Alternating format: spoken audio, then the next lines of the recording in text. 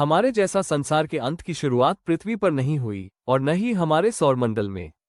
इसके बजाय आकाशगंगा के दूसरी ओर एक विशाल ग्रह आर्कटूरस पर ग्रह परिषद का सत्र चल रहा था। कमरे में कई चर्चाओं की हलचल थी, लेकिन सभी के ऊपर एक आदेशपूर्ण आवाज गूंज उठी। Order, order, order. आवाज ने कक्ष में गूंज मचाई और धीरे धीरे सभी शांति हो गए। परिषद के प्रमुख, जो लंबे और प्रभावशाली व्यक्ति थे, ने आगे कहा, हमारे वैज्ञानिकों ने हमारी आकाशगंगा के दूसरे छोर पर एक छोटे नीले ग्रह की पहचान की है। ये ग्रह एक निम्न जाति के विध्वंसक प्राणियों द्वारा आबाद है।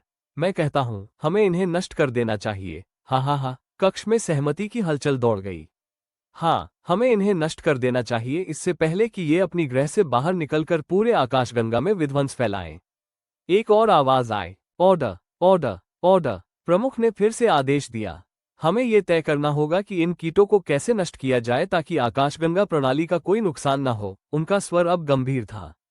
इस प्रकार आर्क्टूरियनों ने, जो लंबे समय से पृथ्वी पर छिपकर नजर रखे थे, एक निर्णय लिया। एक प्रस्ताव बनाया गया कि मानवता को नष्ट किया जाए, लेकिन ऐसा तरीके से किया जाए कि इंटरगैलेक्टिक संधि का उल्लंघन न हो, जिसे सभी बुद्धिमान जीवन रूपों ने ज्ञात ब्रह्मांड में हस्ताक्षरित किया था। वे कीपलर बेल्ट से एक श्रृंखला में क्षुद्रग्रहों को हटा देंगे और उन्हें पृथ्वी से टकराने के लिए एक सटीक मार्ग पर मार्गदर्शन करेंगे। यह विध्वंस प्राकृतिक आपदा के रूप में माना जाएगा और इसे जीवन के विकास में हस्तक्षेप के रूप में नहीं गिना जाएगा। आर्क्टूरियनों ने अपनी योजना को क्रियान्वित करना शुरू कर दिया, लेकिन उन्हें नहीं पता था कि उनकी साजिश जल्द ही विघ्नित हो जाएगी। आकाशगंगा के दूसरी ओर इंटरगैलेक्टिक फेडरेशन, एक शांतिपूर्ण और सहयोगी सभ्यताओं का गठबंधन, ने पृथ्वी पर हो रहे घटनाक्रमों की निगरानी के लिए एक गुप्त अंतरिक्ष यान तैनात किया था। वांगार्ड, एक जहाज जिसे गहरे अंतरिक्ष अन्वेषण और खुफिया जानकारी इकट्ठा करने के लिए डिजाइन किया गया था, ने आर्कटूरस से एक संदेश इंटरसेप्ट किया जिसमें उनकी दुष्ट योजना का विवरण था। यह एक आपातकालीन संदेश था, जिसमें पृथ्वी की ओर क्षुद्र ग्रहों के मार्गदर्शन का विवरण था। वांगार्ड के कप्तान मार्कस टैलो एक अनुभवी नेता थे जिन्होंने इंटरगैलेक्टिक संघर्षों का सामना किया था। जैसे ही उन्होंने संदेश पढ़ा, उन्हें ये समझ में आ गया कि उन्हें तुरंत कार्रवाई करनी होगी। फेडरेशन के नियमों ने लंबे समय तक पृथ्वी में हस्तक्षेप करने पर रोक लगाई थी, लेकिन ये खतरा नजरअंदाज नहीं किया जा सकता था। कप्तान, हमें अभी फेडरेशन कमान से पुष्टि मिली है, लेफ्टिनेंट कायल ने अपनी आवाज में चिंता दिखाई। वो 48 घंटे में बल भेज रहे हैं, लेकिन हमारे पास इतना समय नहीं है। टैलो की आंखें कठोर हो गईं। मुझे पता है, लेफ्टिनेंट। हमें इसे खुद हल करना होगा। उन्होंने चालक दल की ओर मुड़ते हुए कहा, विचलन अरे तैयार करो। हमें सटीक मार्ग सुधार का हिसाब लगाना होगा। अगर हम अब नहीं रुके तो पृथ्वी नष्ट हो जाएगी और बचाने के लिए कुछ नहीं होगा। चालक दल ने आवश्यक समायोजन करने के लिए काम शुरू किया। मार्कस जानता था कि उन्हें सटीक होना होगा। क्षुद्रग्रह विशाल थे और उनका मार्ग पहले ही पृथ्वी की ओर तय था। अगर वे विफल होते तो इसका मतलब होगा मानवता का अंत और शायद पूरी पृथ्वी का विनाश।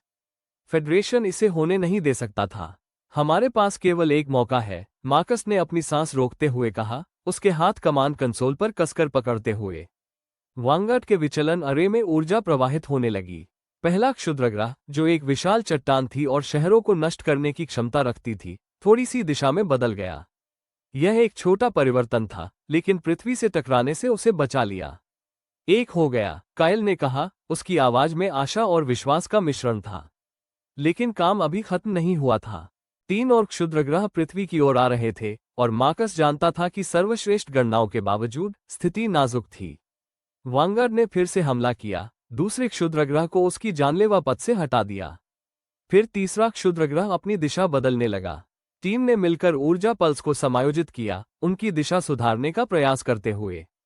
कप्तान, कायल ने चिल्लाया, हमने किया। तीसरा क्षुद्रग्रह डिफ्लेक्ट हो गया। मार्कस ने थोड़ी राहत महसूस की, लेकिन उसकी आंखें अंतिम क्षुद्रग्रह पर टिकी रही। हम अभी खत्म नहीं हुए, उसने कहा, उसकी आवाज स्थिर थी।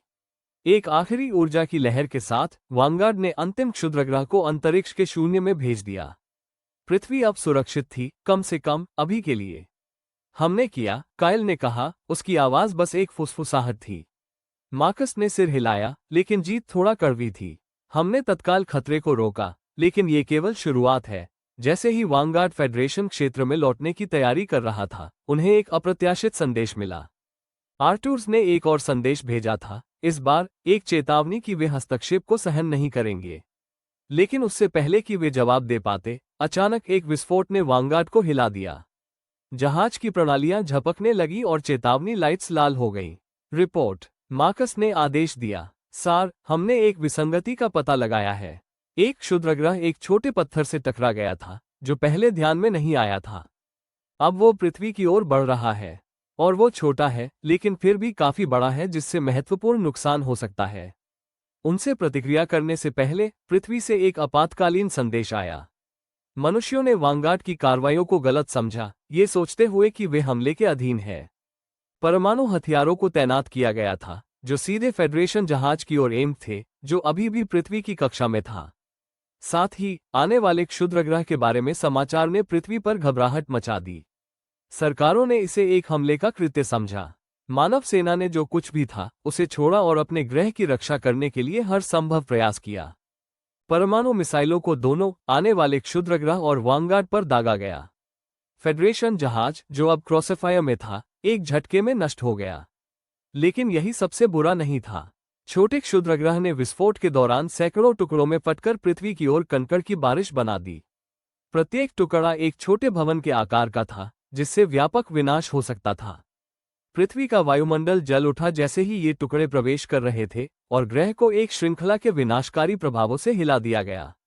पूरे शहर नष्ट हो गए और दुनिया अराजकता में डूब गई। मानवता ने विलुप्ति का सामना नहीं किया, लेकिन नुकसान गंभीर था।